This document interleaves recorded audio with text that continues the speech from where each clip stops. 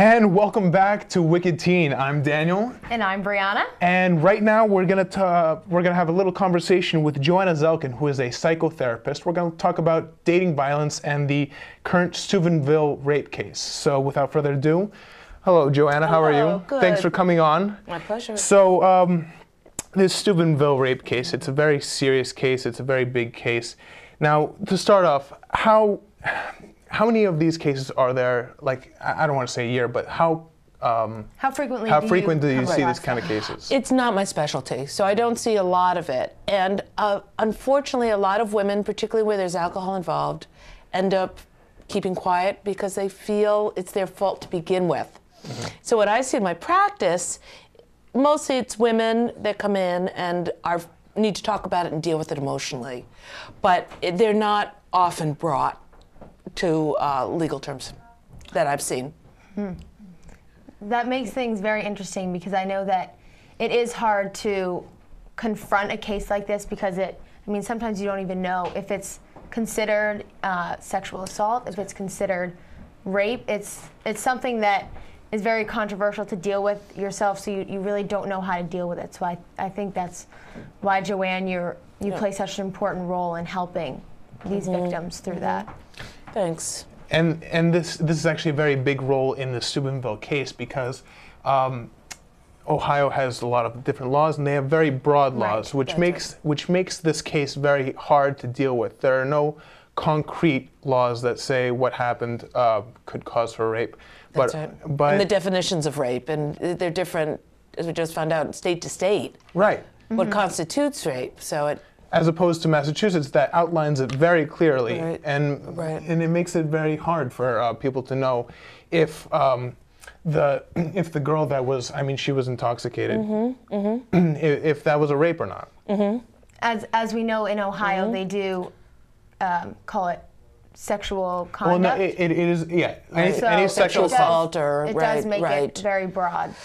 That's right. I see more the emotional part of it, so I'm not that clear on the law, but I have recently gone through a court system with a perpetrator. And he was a lovely young man, intoxicated, with a young gal intoxicated, his finger penetration, and he was found guilty. So, and in a very short period of time. So I think everybody has to be careful in this day and age. As I said to you, it's hard to be a young man dating. It's very scary for both a guy's perspective and also a girl's perspective. Absolutely. Because there are a lot of these guys, unfortunately, there are a lot of these guys kind of out there. Now, you said earlier that you deal with the emotional aspect. What is the emotional aspect from both sides, from the perpetrator to the victim? Guilt on both sides, guilt. And I'll tell you, 9 out of 10 times, alcohol is involved. Not having a few drinks, not having a buzz, being drunk. Right. And that I see. So everybody has to deal with a lot of guilt around it. The perpetrator starts questioning his own, and it's usually men, of course, that are the perpetrator. I've yet to work with a female perpetrator, but they're out there. For the male perpetrator, they have to start dealing with being labeled as a sex offender. Why did I do this? Was I abused? It can bring up a whole series of long-term therapy issues. For the woman, it's more shame and not wanting people to find out.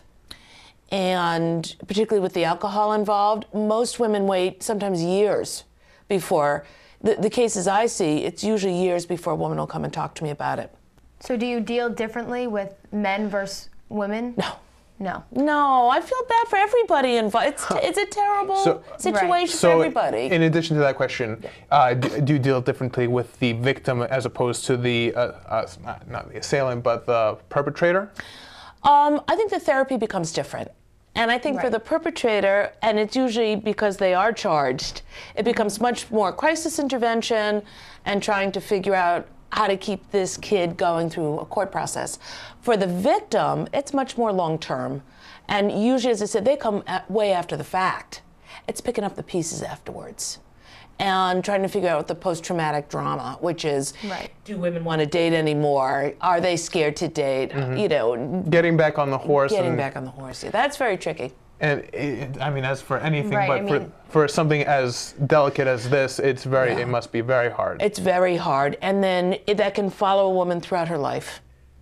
And it can follow a perpetrator, a young man who just never dates after that. It's obviously something very hard to recover from. It's really hard to recover dealing with from. that is one of the huge parts of these cases as well. And what I talk to the kids in my, and I say kids, kids your age in my practice, is try very, very hard to keep alcohol at a limit, because it really, really muddies the water. It really does. And if alcohol's involved, go home by yourself.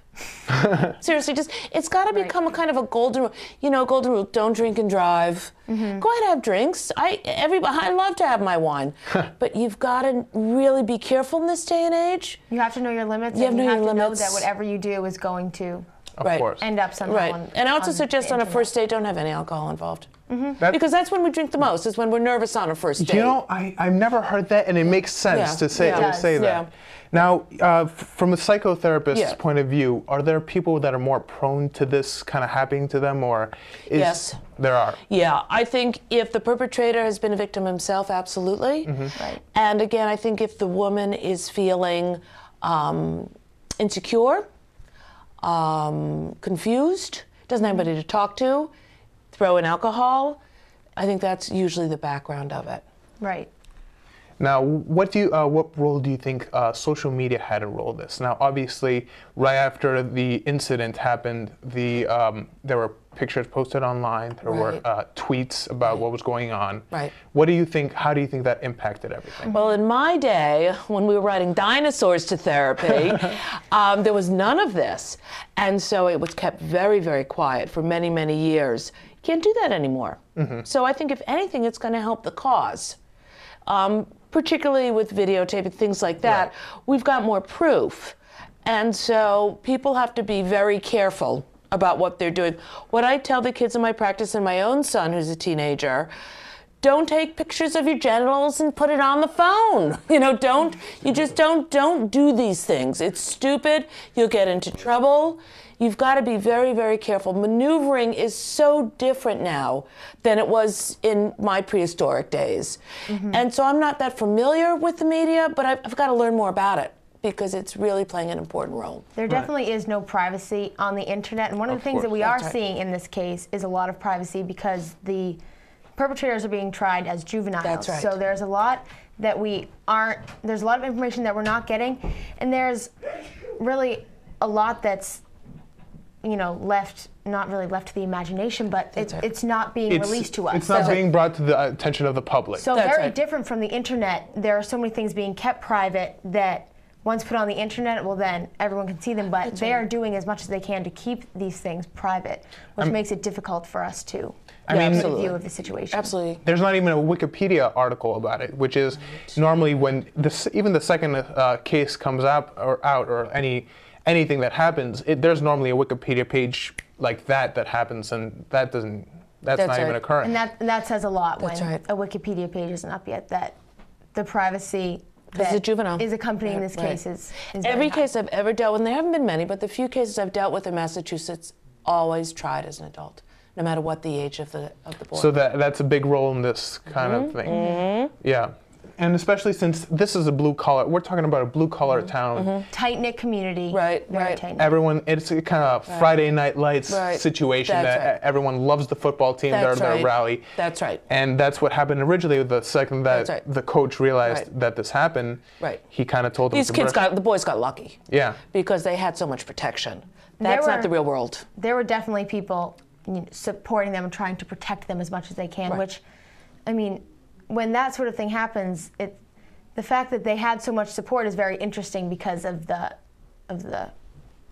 media. Really. Yeah, right. Yeah, absolutely. So it's interesting that they had so much support, and I think it's because so much of the culture in that community was centered around the football team. They didn't want anything to happen to that football team, which is very interesting. And that doesn't happen up here in Massachusetts. I haven't seen that. No, it doesn't. No. And bringing that to the social media aspect and the support aspect together, a few days later, two girls actually threatened the girl that was the victim of the case, and they were also brought to court. So this also brings up the idea of be careful what you say online, because everything, even if you delete something, I mean, the guys deleted their pictures, everything is filed online. That's right. Even the hacker group Anonymous, they found all these pictures after it was deleted. Even without hackers, the Library of Congress actually opened up about 2 years ago. They created a section of the library that deals only with it's a bunch of hard drives, and they download every single tweet that's ever been tweeted. So with a special warrant, the police or a lawyer could go into that and find all the tweets from that area, that location, and print it out and make a timeline of literally what happened. Well, people have asked me, is rape more prevalent, or we're just hearing about it more because of social media? We're just hearing about it more because of social media. I think that's very true. And as a female, if this happens to you and then all of a sudden you have these girls back on the social media threatening you, who can you turn to? You have people defending the perpetrators, you have other females attacking you now, and there's no one to turn to. Hire a therapist. Go see a therapist, because we have confidentiality, and we're not going to judge, and we're going to help you maneuver through this. And you really, it's so imperative that you have someone to talk to. Absolutely. If you were dealing with this, because it's so emotionally harmful that if you don't have someone you know that you can go to talk to, it can open up and let it out. Somebody objective. Very poor in your life. Somebody objective. Right. Exactly. Somebody objective. And even around here, things like this are talking about this is becoming a more common thing and a more open thing. I know, for one, I helped make T-shirts for a program in our school, and it's actually in the Massachusetts area. It's called Take Back the Night, where people openly talk on stage and they talk about their situations and what happened. And they do a march through the streets holding candlelight, remembering and kind of speaking for the people that don't have a voice and who are afraid to talk. Sounds great. Right. Yeah. So and I think those kinds of things give victims more confidence in being able to open up and confide in people. And I think that's very important that they have those support groups available to them. Oh, absolutely. And I would hope with this case coming out, and honestly, people's just general kindness, that if a guy, like if I saw a girl passed out at a party, I would take her somewhere safe, out of harm's way. Absolutely. Or if a girl, of course, a group of girls saw her and think about that could be you in that position. And how many times have we been at a party, even at my age, and somebody's passed out? You take care of them. That's absolutely. Safety and just overall. I mean, you have to wonder where were that girl's friends to, right. And if she help her, that's right. Comfort, you need to, if you're going to be doing that, you need to be in a good supportive group. You need to make sure designated driver, designated best friend. I mean, it's more planning, and you protect yourself that way.